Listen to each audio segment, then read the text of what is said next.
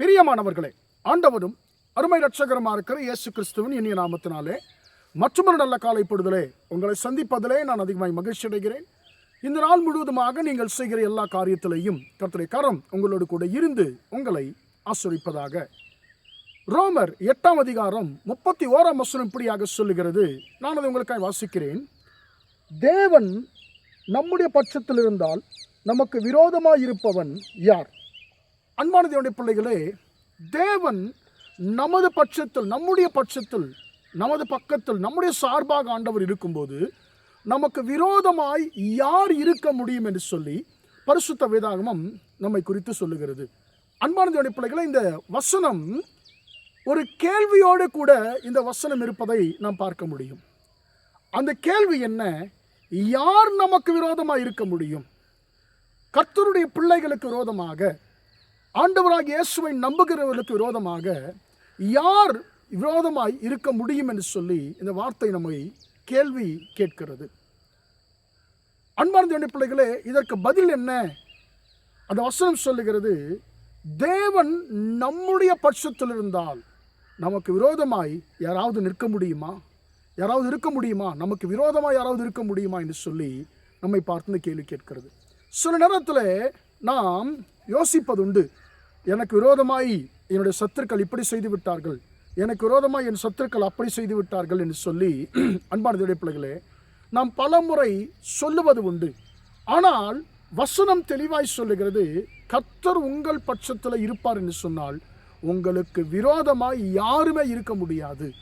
அன்பான தேவனுடைய பிள்ளைகளே, பல கட்டங்களிலே கர்த்தர் தம்முடைய பிள்ளைகளோடு கூட இருக்கிற ஆண்டவர் எவ்வளவு பெரியவர் என்பதை தம்முடைய பிள்ளைகளுக்கு ஆண்டவர் பல சந்தர்ப்பங்களிலே பல பரிசுத்தவான்களுக்கு ஆண்டவர் நிரூபித்து காட்டியிருக்கிறார்.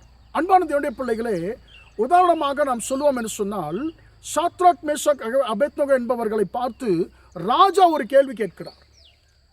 உங்களை என்னுடைய கைக்கு தப்புவிக்க போகிற தேவன் யார்?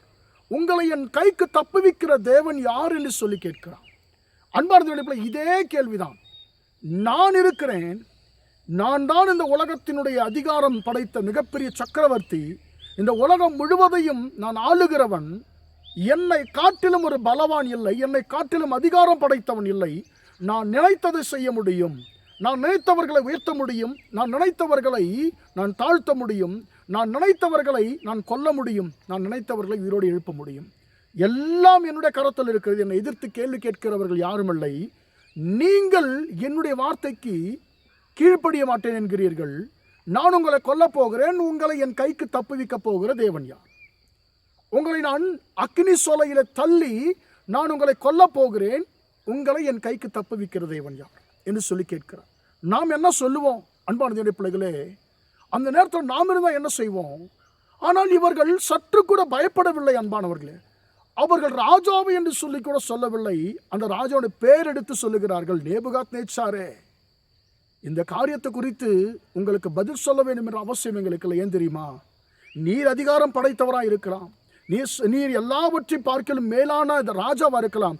ஆனால் எங்களுடைய தேவன் உம்மை காட்டிலும் அவர் மகா மகா பெரியவராக இருக்கிறார். நாங்கள் ஆராதிக்கிற எங்கள் தேவன் எங்களை தப்புவிக்க வல்லவராக இருக்கிறார். அவர் உன்னுடைய கைக்கும் தப்புவிப்பார், நீர் உண்டாக்கினதான அக்கினிக்கும் எங்களை தப்புவிப்பான்னு சொல்லி தைரியமாய் சொல்லுகிறார்கள்.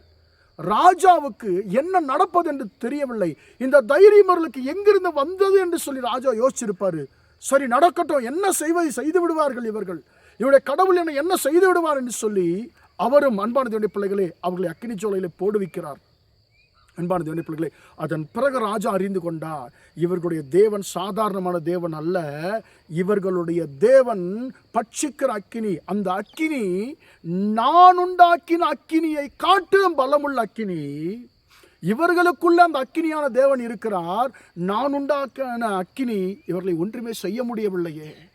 அப்போ இவர்களுடைய தேவனே ராஜாக்களுக்கு தேவனாய் இருக்கிறான்னு சொல்லி அவன் அறிக்கையிட்டான். அன்பான தேவனுடைய பிள்ளைகளே, அந்த ராஜா பயப்படுகிறான். ஐயா, நீங்களே வாங்க, ஏன்னா கிட்ட வந்தா நான் பொசுங்கிடுவேன் ஏன்னு சொன்ன அவர்களை கொண்டு போன ஆறு பேர் அக்கினியில போட போன 6 பேரை அந்த அக்கினி கொடூரம் கொன்று போட்டது.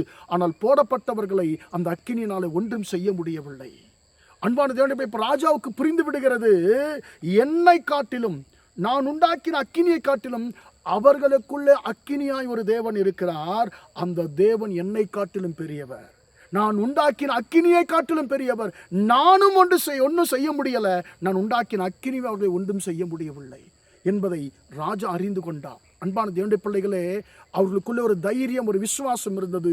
எங்கள் தேவன் எங்கள் பட்சத்தில் இருக்கும் பொழுது எங்களுக்கு விரோதமாய் யார் நிற்க முடியும்? அன்பான தேவனுடைய பிள்ளைகளே, உலகத்தின் பார்வைக்கு நீங்களும் நானும் அற்பமானவர்களாக இருக்கலாம், எண்ணிக்கை இல்லாதவர்களாக இருக்கலாம். ஆனால் பரிசுத்த வேதாகம் சொல்லுகிறது, ஆண்டவர் சொல்லுகிறார், மகனே மகளே, நான் உன் பட்சத்தில் இருக்கிறேன். உனக்கு விரோதமாய் ஒருவரும் நிற்க முடியாது. அதிகாரம் படைத்தவர்களாக இருந்தாலும், பணம் படைத்தவர்களாக இருந்தாலும், அவர்கள் செல்வாக்குள்ளவர்களாக இருந்தாலும், யார் இருந்தாலும், எல்லோரின் கைக்கும் எல்லாவற்றையும் கைக்கும் உன்னை தப்புவித்து உன்னை உயர்த்துகிற தேவன் நான் உன்னோடு கூட இருக்கிறேன் என்று சொல்லி ஆண்டவர் சொல்லுகிறார். அன்பான தேவனுடைய பிள்ளைகளே, நம்மோடு கூட இருக்கிற தேவன் இந்த உலகத்தில் இருக்கிற எல்லாரை காட்டிலும், எல்லாவற்றை காட்டிலும் அவர் பெரிய தேவனாய் இருக்கிறார். அவரை நீங்களும் நானும் மறக்கும் பொழுதுதான் நாம் எல்லாவற்றுக்கும் எல்லாருக்கும் பயப்பட வேண்டிய சூழ்நிலை ஏற்படுகிறது. இன்றைக்கு கர்த்தர் நமக்கு அவர் எவ்வளவு பெரியவர் என்பதை அவர் நமக்கு நினைவு காட்ட விரும்புகிறார், நினைவுபடுத்த விரும்புகிறார். மகனே மகளே, நான் உன்னோடு கூட இருக்கிறேன்டவா, நீ ஏன் பயந்து கொண்டிருக்கிறாய்? நீ ஏன் யோசித்துக் கொண்டிருக்கிறாய்? இந்த வருடம், இந்த நாட்கள் முழுவதுமாய் நான் உன்னை நடத்த மாட்டேனா என்று சொல்லி ஆண்டவர் சொல்லுகிறார். அன்பான தேவனுடைய பிள்ளைகளே, எனவேதான் வசனம் சொல்லுகிறது, அவர் மகா பெரியவர். அவர் மகா பெரியவர். எப்படிப்பட்ட பெரியவர்? வானம் ஒரு சிங்காசனம், பூமி அவர் பாதப்படி, அந்த அளவுக்கு பெரியவர்.